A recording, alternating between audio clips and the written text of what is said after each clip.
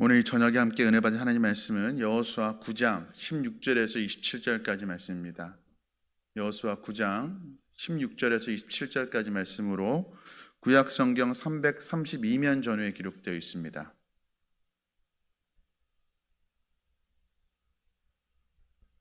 우리 찾으신 줄 알고 우리 한 목소리로 함께 봉독하겠습니다.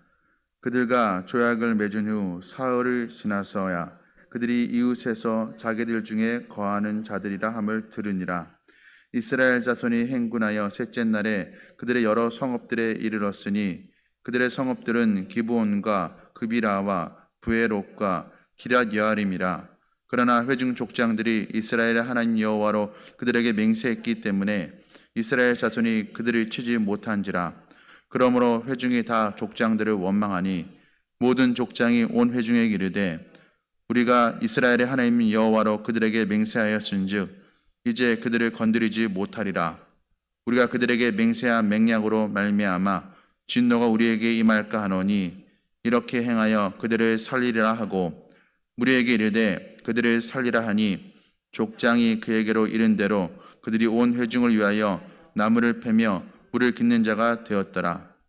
여호수아가 그들을 불러다가 말하여 이르되 너희가 우리 가운데 거주하면서 어찌하여 심히 먼 곳에서 왔다고 하여 우리를 속였느냐.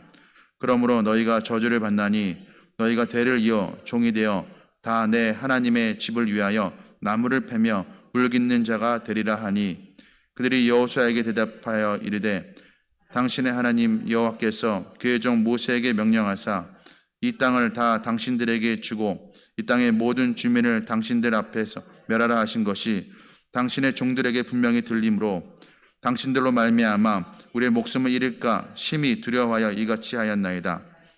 보소서 이제 우리가 당신의 손에 있으니 당신의 의향에 좋고 옳은 대로 우리에게 행하소서 한지라. 여호수아가 곧 그대로 그들에게 행하여 그들을 이스라엘 자손의 손에서 건져서 죽이지 못하게 하니라. 그날에 여호수아가 그들을 여호와께서 택하신 곳에서 회중을 위하여 여호와의 제단을 위하여 나무를 패며 물을 깃는 자들로 삼았더니 오늘까지 이르니라. 아멘. 오늘 그 본 말씀 가지고 기브온 주민과 맺은 조약이라는 제목으로 하나님 말씀 함께 나누고자 합니다. 지금까지 이스라엘 백성이 가나안 땅에 들어와서 두 성을 점령을 했습니다. 여리고 성과 아이 성을 점령을 했습니다. 이 두 성은 가나안의 입구에 있는 성이었습니다. 그래서 이 두 성을 발판으로 이제 가나안 정복 전쟁이 본격적으로 시작이 되는 것입니다. 우리가 오늘 읽은 9장은 이제 9장부터는 가나안 정복의 이제 두 번째 단계라고 할 수가 있습니다. 그런데 오늘 말씀 보면 가나안의 한 민족 기브온 족속이 등장을 합니다. 기브온 족속들이 소문을 들었습니다. 이스라엘에 대한 소문을 들은 것이죠. 여리고와 그 아이성에 행한 일을 이스라엘이 행한 일을 그 소문을 들었습니다. 그러니까 이 기브온 입장에서는 가만히 있다가는 자기들도 여리고 주민들 또 아이성 주민들과 같은 그런 패배를 당하고 죽임당할 것이 뻔해 보였습니다. 그래서 그들이 꾀를 내었습니다. 싸우는 대신에 싸워도 우린 진다. 그러므로 그들이 차라리 평화조약을 맺는 것이 낫다라고 그렇게 결정을 하게 됩니다. 그런데 문제가 무엇이었냐면 출애굽기에도 그렇고 신명기에도 그렇고 하나님께서 이스라엘 백성들이 한 가지 명령을 하십니다. 가나안 족속과는 영적으로든 어떤 사회적으로든 어떤 관계를 맺지 말라라고 혼인도 맺지 말라라고 어떠한 언약도 조약도 서로 간에 맺지 말라라고 명령을 내렸습니다. 그러니까 이 가나안의 기브온 족속들이 전쟁을 피하고 평화 조약을 맺고자 원했지만 사실은 그 평화 조약을 맺을 수 없는 그런 상대였다라는 것입니다. 그런데 한 가지 예외가 있었습니다. 이 가나안에서 먼 성읍에 있는 사람들은 조약을 맺을 수가 있었습니다. 그런데 기브온 사람들이 어떻게 이 모든 상황들을 다 정확히 알고 있었습니다. 그래서 이제 꾀를 내게 됩니다. 그것이 4절과 5절 말씀에 기록되어 있습니다. 꾀를 내어 사신의 모양을 꾸미되 헤어진 전대와 헤어지고 찢어져서 기운 가죽 포도주 부대를 나귀에 싣고 그 발에는 낡아서 기운 신을 신고 낡은 옷을 입고 다 마르고 곰팡이가 난 떡을 준비하고. 이 무슨 행위를 한 것이죠? 그들이 사실 가까이에 있는 주민이었으나 아주 멀리서 온 것처럼 그렇게 지금 의복과 그 모든 것을 다 꾸민 것이었습니다. 연출을 한 것이었죠. 근데 처음에 이스라엘 백성들이 이 기브온 사람들을 보고 의심을 합니다. 7절 말씀에 너희가 우리 가운데 거주하는 듯 하니 우리가 어떻게 너희와 조약을 맺을 수 있으랴, 이렇게 말합니다. 그러니까 멀리서 온 것처럼 지금 아주 오래된 빵, 곰팡이 난 떡을 들고 있고 아주 오랫동안 이 포도주를 담아온 가죽 부대를 헤어진 걸 다 보여줬지만 쉽게 믿지 않았던 거예요. 보아하니까 뭔가 의심스러웠던 거예요. 말투도 뭔가 좀 다르고 여기 사람 같고. 저희의 둘째 아이도 이제 여기 내려온 1년이 좀 넘으니까 벌써 사투리를 배워서 사투리를 하더라고. 너가 왜 갑자기 사투리 하냐? 자기도 모르게, 자기가 사투리 하는지도 모르게 사투리를 하니까 딱 들어봤을 때 뭔가 말투가 달랐던 거예요. 의심을 했습니다. 그러니까 이 기브온 사람들이 해명을 합니다. 우리가 사실 아주 먼 나라에서 온 사람들이다. 먼 나라에까지 너희들 소문이 다 들렸다. 너희가 어떻게 출애굽했는지, 하나님께서 이 광야를 지나면서 가나안 땅에 들어오기까지 하나님께서 행하신 일들을 우리가 다 들었다. 그래서 우리가 떨었다. 우리는 여기 사람이 아니라 아주 멀리 있는 먼 지역 사람들이다. 그러니까 우리가 평화 조약을 맺자라고 그렇게 이야기를 합니다. 그래서 이 처음에 경계했던 이스라엘 백성들이 이런 이 기브온 사람들의 이 해명을 듣자, 거짓 해명이었죠. 듣자 경계심이 누그러지게 되고 결국에 사람들의 그 기브온 사람들께 넘어가서 조약을 맺게 됩니다. 15절 말씀입니다. 여호수아가 곧 그들과 화친하여 그들을 살리리라는 조약을 맺고 회중 족장들이 그들에게 맹세하였더라. 그들을 살리리라는 조약을 맺고 맹세를 한 것이었어요. 속아서 한 것이긴 하지만 하나님께서는 가나안 사람들과 조약을 맺지 말라라고 하셨죠. 그러니까 잘못을 범한 것이었습니다. 잘못은 잘못이에요. 그런데 또 한편으로는 이스라엘 입장에서는 억울할 수가 있습니다. 왜냐하면 기브온 사람들이 속인 거였기 때문에 작정하고 속이려고 들면 넘어가지 않을 재간이 없는 것이죠. 그러나 하나님의 입장에서는 어긴 건 어긴 것입니다. 그런데 오늘 말씀을 보면, 본문의 말씀 보면 이스라엘 백성들이 실제로 조약을 맺지 말아야 될 조약의 대상이 되지 않은 이 기브온 사람들과 언약을 맺고 안 맺고의 그 문제를 떠나서 맺지 말아야 할 대상과 언약을 맺은 것에 대한 어떤 잘못을 성경은 지적하기보다는 한 가지 더욱 이스라엘의 큰 잘못으로, 실수로 지적하고 있는 것이 있습니다. 그것이 무엇이냐면 14절 말씀에 기록되어 있어요. 14절 말씀입니다. 무리가 그들의 양식을 취하고는 어떻게 할지를 여호와께 묻지 아니하고, 그러니까 하나님께 묻지 않았다라는 거예요. 하나님, 지금 이런 상황인데 어떻게 해야 되겠습니까? 이스라엘 백성들이 하나님께 묻지 않았다라는 것입니다. 사실 아이성 전투에서도 이스라엘이 하나님께 그 앞전 여리고성에서의 그 전투에서 승리한 것 때문에 하나님께 묻지 않고 그저 자기들 임의대로 적은 수로 올라갔다가 한번 패배를 경험하지 않았습니까? 그런데 그런 실패를 한번 경험했음에도 불구하고 이번에도 또 다시 하나님께 묻지 않았습니다. 역대상을 보면 다윗이 제일 처음 왕이 된 이후에 한 일이 무엇이냐면 언약궤를 다시 예루살렘으로 가져오는 일이었습니다. 그것이 역대상 13장 3절 말씀에 기록되어 있습니다. 우리가 우리 하나님의 궤를 우리에게로 옮겨오자 사울 때에는 우리가 궤 앞에서 묻지 아니하였느니라 하매. 사울 때에는 하나님의 그 임재를 상징하는 그 언약궤 법궤 앞에서 묻지 않았다는 것. 하나님의 뜻을 묻지 않고 그냥 사울 임의대로 행동을 했다라는 것입니다. 그런데 다윗의 마음은 무엇입니까? 이제 우리 선대왕 때는, 사울 왕 때는 하나님께 묻지 않았지만, 그래 잘못했지만 이제부터는 우리가 다시 하나님께 물을 것이다. 법궤 앞에, 언약궤 앞에 하나님께 물어볼 것이다. 그러기 위해서 우리 언약궤를 다시 가져오자. 그렇게 명령을 내리게 됩니다. 역대상 10장 13절 14절에는 사울의 치명적인 잘못, 그 왕권을 다윗에게로 넘겨줄 수밖에 없었던 그 가장 주된 이유에 대해서 이렇게 이야기를 합니다. 13절 14절 말씀입니다. 사울이 죽은 것은 여호와께 범죄하였기 때문이라. 그러니까 자연사한 게 아니에요. 전쟁에서 전사한 것은 하나님 그를 치신 것이었습니다. 그런데 그의 잘못이 무엇이었냐면 그가 여호와의 말씀을 지키지 아니하고 또 신접한 자에게 가르치기를 청하고 여호와께 묻지 아니하였으므로, 하나님께 묻지 아니한 거로 하나님께서 그를 치셨다라는 거예요. 하나님께 묻지 아니하였으므로 여호와께서 그를 죽이시고 그 나라를 이새의 아들 다윗에게 넘겨 주셨더라. 그래서 사울이 저지른 여러 가지 죄악들이 있습니다. 그런데 그 모든 죄악의 그 뿌리, 가장 큰 죄는 무엇이냐? 여호와께 묻지 않았다라는 것입니다. 그러니까 자기 마음대로, 자기 원하는 대로 나라를 통치했다라는 거죠. 하나님께 물어야 되는데 하나님께 묻지 아니하고 엉뚱한 사람에게 물었습니다. 누구에게 물었다고 말하고 있습니까? 신접한 자에게. 신접한 자는 무당, 무속인을 말하는 것입니다. 여러분, 우리가 인생 살아가면서 누군가에게 무언가를 물어볼 수 없는 상황이 옵니다. 우리가 모든 문제에 다 답을 가지고 있는 것이 아니죠.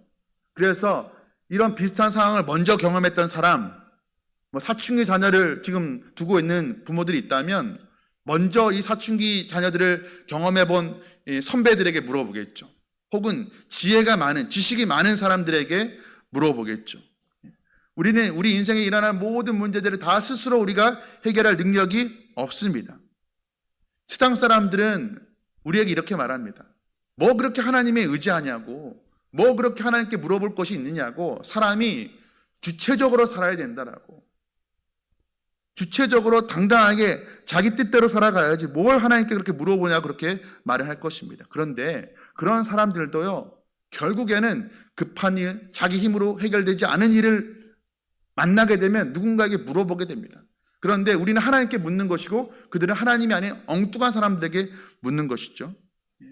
우리 사람들은요, 본능적으로 어려운 문제가 있으면 누군가를 의지할 수밖에 없는 사람들인 것입니다. 중요한 것은 의지하냐, 의지하지 않느냐, 물어보냐, 물어보지 않느냐가 아닌 거예요. 우리는 다 누군가에게 물어볼 수밖에 없습니다. 우리가 다 해답을 갖고 있지 않기 때문에 우리는 의지할 수밖에 없는 사람들인 거예요. 중요한 것은 누구에게 물어보느냐, 누구에게 의지하느냐의 문제인 것입니다. 세상 사람들은 독자적으로, 주체적으로 살아간다고 말을 하지만 사실상 그렇지가 않아요. 제가 군에 있을 때 저희 강원도 홍천에서 제가 군 생활을 했는데 포병연대에서 군복무를 했습니다. 그런데 연대에 큰일이 일어났어요. 연대에 음어라는 암호를 적어놓은 문서가 있습니다. 대외비인데, 비밀 문서인데 그걸 누가 통신병이 분실을 한 거예요. 근데 그걸 분실하면 누가 적이 발견하면 안 되잖아요. 그렇죠? 적이 발견하면 우리 암호를 다 해독하게 되는 거니까 전군이 바꿔야 되는 거예요. 큰일이 난 거죠. 근데 잃어버린 찾지를 못한 거예요. 연대장이 어떻게 했냐면 무당을 찾아가서 이걸 어디에서 찾을 수 있냐고 하니까 이 무당이 제대로 알려줄 수가 없죠. 그러니까 막연하게 무당스러운 말을 한 거예요. 동쪽에 있다. 동쪽에 있다. 지도를 펼쳐 동쪽을 보니까 쓰레기 매립장이 있는 거예요. 마침. 그러니까 군사들을, 장병들을 다 동원해 그 쓰레기 매립장을 다 뒤졌어요. 나왔을까요? 안 나왔을까요? 예? 당연히 안 나오죠. 여러분, 연대장이면 대령입니다. 조금 있으면 별달 사람이에요. 그래서 사회적 지위가 높은 사람이죠. 그런데 그런 사람이라도 급한 상황이 되니까 물을 수밖에 없는 거예요. 신앙이 있었더라 하나님께 물어봤겠죠. 하나님, 이 상황 속에서 어떻게 됩니까? 이 음악 어디 있습니까? 라고 물어보진 않았겠죠. 어떻게 해야 됩니까? 그런데 엉뚱한 사람, 무속인을 찾아가서 물어보니까 엉뚱한 대답을 듣게 되는 것입니다. 여러분, 그런데 우리가 하나님께 묻기 위해서는요, 뭘 해야 되냐면요, 잠깐 행동하기를 멈춰야 됩니다. 뭔가 결정 내리기 전에 하나님께 물어보기 위해서 멈춰야 돼요. 물어본다는 것은 무엇입니까? 하나님께 기도한다라는 것이죠. 기도한다라는 것은요, 내가 살아가는 삶을 잠깐 멈추는 것을 의미합니다. 새벽에 기도하시는 분들, 아침에 일어나자마자 바로 하루를 시작하는 것이 아니라 멈추는 것이죠. 바로 하루를 시작하기 전에. 여러분, 우리나라가 올림픽에서 양궁을 굉장히 잘하지 않습니까? 그런데 양궁 궁사들 활 쏘는 걸 보면요, 활실을 당겼다가 바로 놓지 않습니다. 그렇죠? 어떻게 합니까? 잠깐 멈춥니다. 그렇죠? 심지어 호흡도 멈춰요. 그리고 정확하게 방향을 설정하는 거예요. 그렇지 않으면, 멈추지 않으면 카메라가 막 움직이네요. 멈춰야 되는데. 멈춰주세요. 멈추지 않으면 엉뚱한 방향으로 쏘게 되는 것이죠. 그러니까 활 쏘는 시간도 정해져 있더라고요. 초시계가 지나가는데, 그런데 급박하더라도 멈추지 않고 그냥 당겼다가 활실이 당겨서 급하게 쏘는 경우는 한 번도 없습니다. 멈추고 방향을 설정하고 활실을 놓게 되는 것입니다. 여러분, 우리는 하나님의 뜻과 계획을 물어봐야 됩니다. 무엇이 하나님 원하시는 방향인지, 그리고 물어볼 때 우리가 제대로 된 방향으로 나아갈 수가 있는 것입니다. 그런데 이스라엘 백성들은 그렇지 못했습니다. 짧게라도 멈춰서 하나님 어떻게 합니까? 이 기브온 주민들이 찾아왔는데 어떻게 할까요? 물어봤어야 되는데 물어보지 않았습니다. 여러분, 기억하시기 바랍니다. 하나님 백성의 특징은 하나님께 묻는 삶인 것입니다. 묻는다라는 것, 여러분, 내가 누군가에게 뭘 물어봐요. 그건 내가 그 사람을 의지한다라는 것입니다. 그 사람을 내가 뭔가를 물어보는 사람에게 그 사람을 나보다 더 나은 존재로 인정한다라는 것이에요.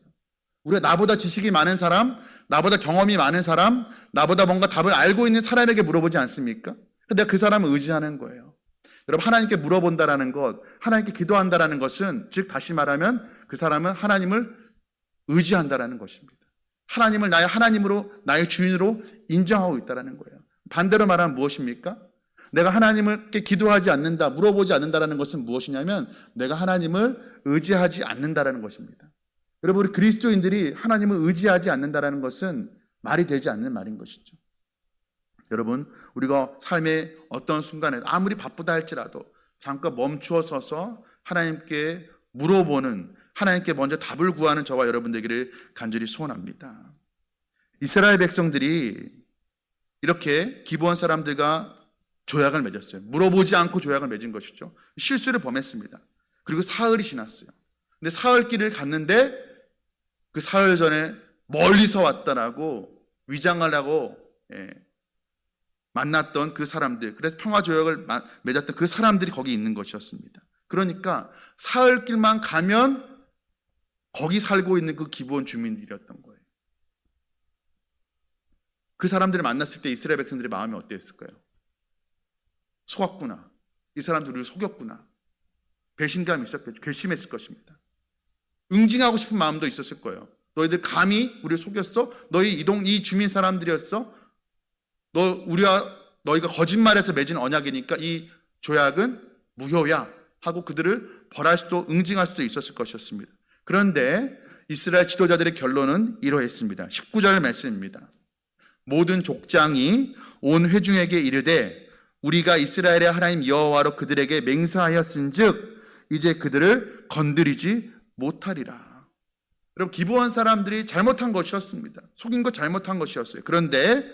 그러나 이스라엘 지도자들, 족장들이 내린 결론은 무엇이냐면 그들이 설령 속여서 우리와 맺은 조약이라 할지라도 우리가 하나님의 이름으로 맺은 조약이기 때문에, 우리가 하나님의 이름으로 맹세했기 때문에 우린 약속을 지켜야 된다. 그들을 해하면 안 된다라고 결론을 내렸습니다. 여러분, 우리가 신실하신 하나님과 언약을 맺고 살아가는데 우리가 거듭 죄 짓기를 반복하죠.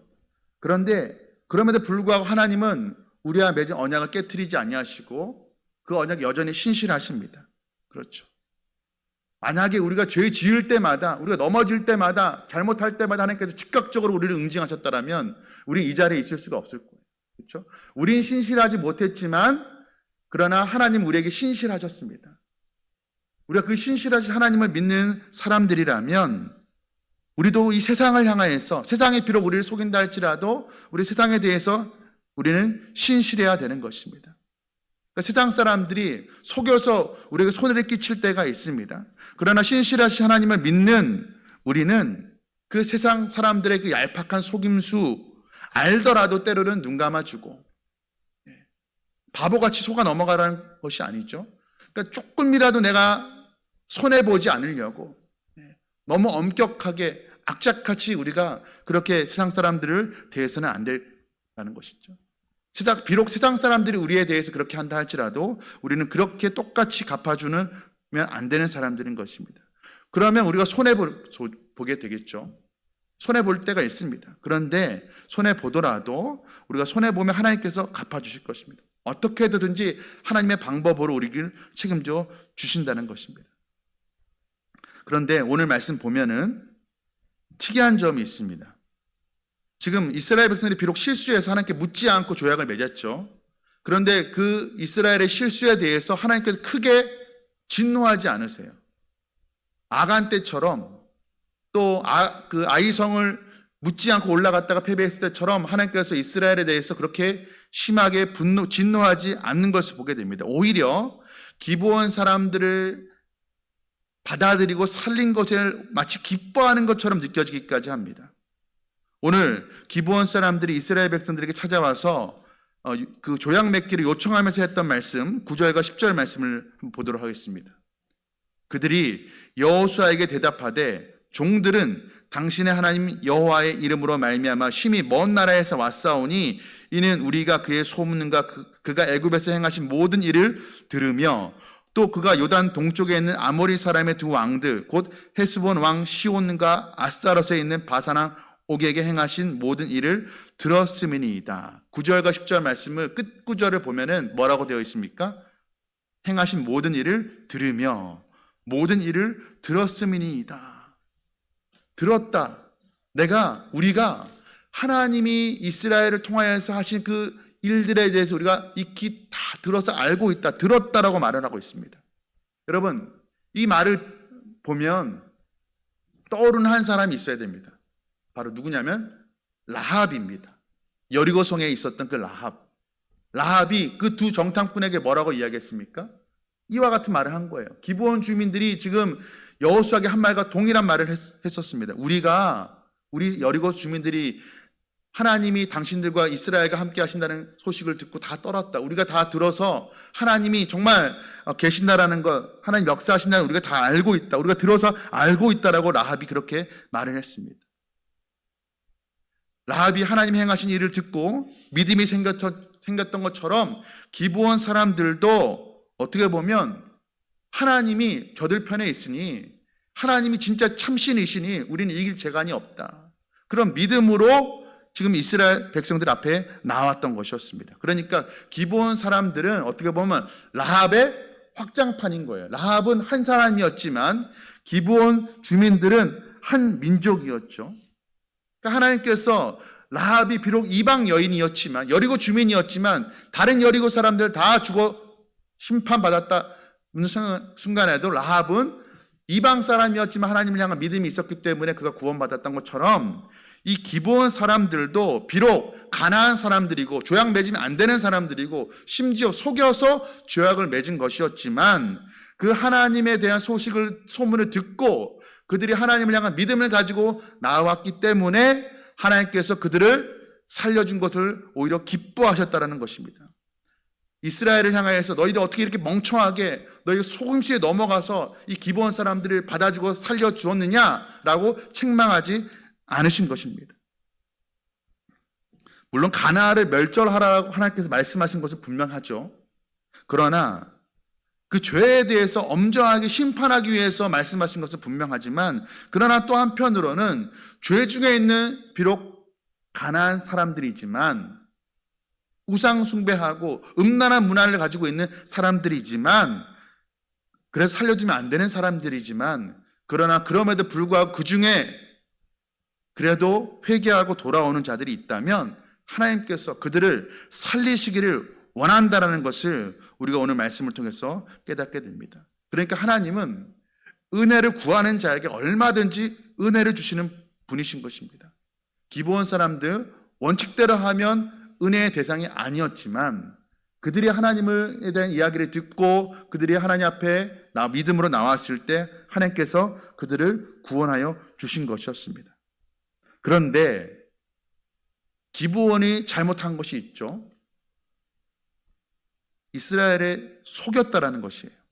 하나님에 대해 들었으면 라합처럼 믿음으로 은혜를 구하면 되는데 기브온 사람들은 정직하게 있는 모습 그대로 나와서 은혜를 구했던 것이 아니라 혹시 이스라엘이 또 여호수아가 자기들을 받아주지 않을까 하여서 속임수를 썼다라는 것입니다. 왜 속임수를 썼을까요? 하나님에 대해서 오해를 했던 거예요. 죄 중에 있지만 돌이키면 용서해주고 받아주시는 그 하나님이 아니라 하나님 원칙대로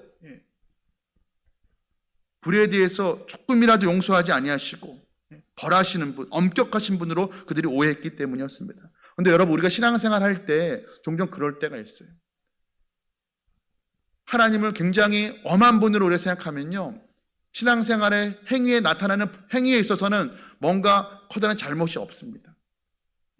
교회에서 요구하는 것들을 다 순종적으로 합니다. 봉사도 하고 헌금생활, 기도생활 다 합니다. 그런데 특징이 있어요. 뭔가 부자연스럽습니다. 왜? 기쁨으로 하는 것이 아니에요. 이거 혹시 하지 않으면 벌 받을까 봐. 주일 성수 지키는 거 참 중요한데, 그러나 주일 성수를 지키는 이유가 혹시 내가 주일 성수 빠지면 내가 혹시 우리 집에 무슨 안 좋은 일이 일어나지 않을까라는 그 두려움 때문에 하는 것이라면 하나님 기뻐하지 않는 것이죠. 그 신앙생활의 동기가 어떤 두려움 때문에 하는 것이 되어서는 안 되는 것입니다. 하나님 우리를 구원해 주신 감사와 기쁨 때문에, 감격 때문에 하는 것이 되어야 되는 것이죠. 누가복음 15장에 보면 우리가 잘 아는 탕자의 비유가 나오죠. 거기 탕자 이야기에 탕자가 행한 것 중에서 우리가 본받을 만한 것 하나도 없습니다. 그렇죠? 다 잘못한 것이에요. 살아있는 아버지의 유산을 달라고 한 것, 먼 나라로 떠난 것, 아버지 집을 떠난 것, 그래서 허랑방탕하게 다 탕진해버린 것, 다 잘못한 거예요. 그러나 단 하나 탕자에게서 본받을 것이 있습니다. 무엇이죠? 있는 모습 그대로 아버지 집으로 돌아온 것이었어요. 사실 기브온도 돌아온 탕자와 같이 있는 모습 그대로 하나님께 나아갔어야 합니다. 하나님, 우리는 자격이 없습니다. 우리는 가나안 주민들입니다. 원칙대로 하면 멸망받을 사람들입니다. 그러나 우리가 하나님의 은혜가 필요합니다. 우리도 살고 싶습니다. 은혜와 긍휼을 허락해 주십시오. 그렇게 나아갔으면 하나님께서 그들을 얼마든지 받아주셨을 거예요. 이스라엘이 하나님께 묻지 않아서 가나안 사람들을, 기브온 사람들을 받아줬잖아요. 그럼 만약 하나님께 물어봤으면 하나님께서 안 돼, 기브온 사람들 원칙대로 다 죽여 라고 했을까요? 아마도 그렇지 않았을 것 같습니다. 하나님은 기브온 사람들에게도 은혜를 허락해 주셨을 거예요. 그런데 그들이 속였습니다. 이스라엘이 하나님께 묻지 않은 실수를 범했다라면 기브온 사람들의 잘못과 실수는 속였다라는 거예요. 그래, 그 결과 어떻게 됩니까? 오늘 보면 23절 말씀이에요. 그러므로, 속였으므로 라는 뜻이죠. 너희가 저주를 받나니, 저주를 받게 됩니다. 너희가 대를 이어 종이 되어 다 내 하나님의 집을 위하여 나무를 패며 물깃는 자가 되리라 하니. 저주를 받았습니다. 어떤 저주? 종이 되었어요. 근데 대대로 종이 됐다라는 것입니다. 자자손손 대대로 종이 된다라는 그 저주를 받게 된 거예요. 그런데 가만히 보면 어떤 종이 되냐면 내 하나님의 집을 위하여 나무를 패며 물을 깃는 자가 섬기는 종이 됩니다. 하나님의 집을 위하여 일하는 집이, 그러니까 성전에서 일하는 종이 되었다라는 거예요. 저주긴 저주인데 성전에서 일하는 그 종이 되는 저주를 받은 거예요. 여러분, 시편 84편 10절의 말씀, 우리가 아는 말씀이죠. 주의 궁전에서 한 날이 다른 곳에서의 첫날보다 나은즉 내 하나님의 성전 문지기로 있는 것이 좋다라고 고백을 합니다. 그러니까 성전 문지기로 있게 된 거예요, 어떻게 보면. 그럼 여러분, 이건 저주입니까? 축복입니까? 저주인 듯 보이지만 사실은 하나님의 은혜이고 축복이었던 것입니다. 편안하게 살아가는 것은 아니에요. 그래서 성전에서 쓰임받는 삶을 그들이 살게 되었던 것이었습니다. 그러니까 얼핏 보면 저주이지만 그들이 속인 것에 대한 대가를 받는 것처럼 보이지만, 그러나 그 안에 이면을 들여다보면 사실은 영적으로 큰 축복이었던 것이었습니다. 비록 그들이 잘못된 방법으로 하나님 앞에 나왔지만 하나님께서 그들을 긍휼히 여기셔서 겉보기에 보이는 저주마저도 축복으로 바꾸어 주신 것이었습니다. 물론 그들이 처음부터 속이고 이스라엘 앞에 나왔던 이유, 그냥 목숨이라도 건사하기 위해서 나온 것이었기 때문에 종이라도 좋다 그렇게 받아들일 수도 있겠지만, 그러나 하나님께서는 거기에 머무르게 두시는 것이 아니라 종인 종이되 그러나 성전에서 물깃는 자로, 성전은 문지기 같은 그런 자로, 성전을 섬기는 자로 살아가도록 그들의 저주를 복으로 바꿔주셨습니다. 그들의 복은 하나님의 전에서 일하는 복이었습니다. 하나님께 쓰임받는 그런 복이었습니다. 여러분, 우리가 복이라는 것, 아무것도 안 하는 것, 빨리 은퇴하고 일하지 않고 살아가는 것이 복인가? 그렇지가 아니죠. 하나님께 쓰임받는 것이 복인 것입니다. 여러분, 만약에 우리가 하나님께 쓰임받지 않는다라면 우리가 가지고 있는 시간과 물질과 에너지를 가지고 우리가 하나님께 드리지 않았다면, 교회를 위해 공동체를 세우는 일에 우리가 사용하지 않았다면 그걸 어떻게 사용했을까요? 자기 욕망을 따라서, 자기만을 위해서 이기적으로 그렇게 우리는 사용했을, 아니 허비했을 사람들인 것입니다. 그러므로 우리가 하나님 앞에 나와서 하나님께 쓰임받는 게 복인 것이죠. 내 건강, 내 물질, 내 시간, 내가 가지고 있는 그 은사들을 하나님 위하여 쓰임받는 것이 우리가 축복인 줄 알아야 될 것입니다. 그렇게 내가 가진 것을 다른 데 허투른 데 쓰지 아니하고 정말 가치 있는 일, 하나님 섬기는 일에 우리가 쓰임받는 것을 복임을 깨닫는 저와 여러분들에게 간절히 소원합니다. 오늘 이스라엘 백성들, 오늘 본문에 이스라엘 백성들도 잘못을 저질러 실수했습니다. 기브온 주민들도 잘못했어요. 어떤 잘못입니까? 이스라엘은 하나님께 묻지 않는 잘못을 범했고, 기브온 사람들은 솔직하게 나오지 못하고 속이는 죄를 범했습니다. 하나님을 오해하여서 엄격한 하나님이라고 생각해서 그들은 속이는 방법을 선택했습니다. 그런데 사실 이스라엘의 모습, 기브온 사람들의 모습, 사실 우리의 모습과도 매우 닮아 있습니다. 우리도 그럴 때가 있죠. 하나님께 묻지 않고 기도하지 않고 우리 임의로 판단하며 살아갈 때가 있습니다. 그러니까 잘못된 걸 선택할 때가 있어요. 또 우리가 하나님을 오해하여서 솔직하게 있는 모습 그대로 나아가지 못할 때도 너무나 많이 있습니다. 그래서 넘어질 때가 있어요. 그런데 우리가 이스라엘처럼 기브온처럼 그렇게 넘어질 때가 있지만 하나님께서는 또 기브온을 긍휼히 여기셔서 그들에게 내려진 저주를 복으로 바꾸어 주셔서 그들을 성전에서 일하는 사람으로 사용하신 것을 우리가 보았습니다. 여러분, 우리도 이스라엘처럼 기브온처럼 실수하고 넘어져도 하나님께 다시 한번 우리에게 은혜를 베풀어 주실 것입니다. 긍휼을 베풀어 주실 것입니다.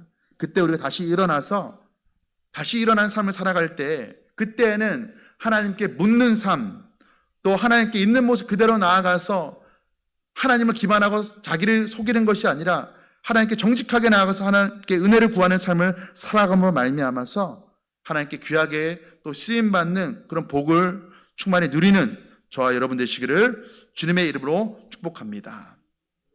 우리 시간 기도하겠습니다. 기도할 때 하나님, 우리가 이스라엘 백성들처럼 하나님께 묻지 않고 기도하지 않고 하나님 우리가 살아가지 않게 하여 주시옵소서. 하나님, 우리가 삶의 모든 순간순간마다 우리는 모든 문제의 답을 다 알지 못하니, 또 하나님 우리가 우리의 힘이 되지 못할 세상 사람들 방백들 의지하지 않고 다른 것 의지하지 않고 다른 데 물어보지 않고 엉뚱한 데 물어보지 않고 하나님께 기도로 엽주는 우리의 삶이 되게 하여 주시옵소서.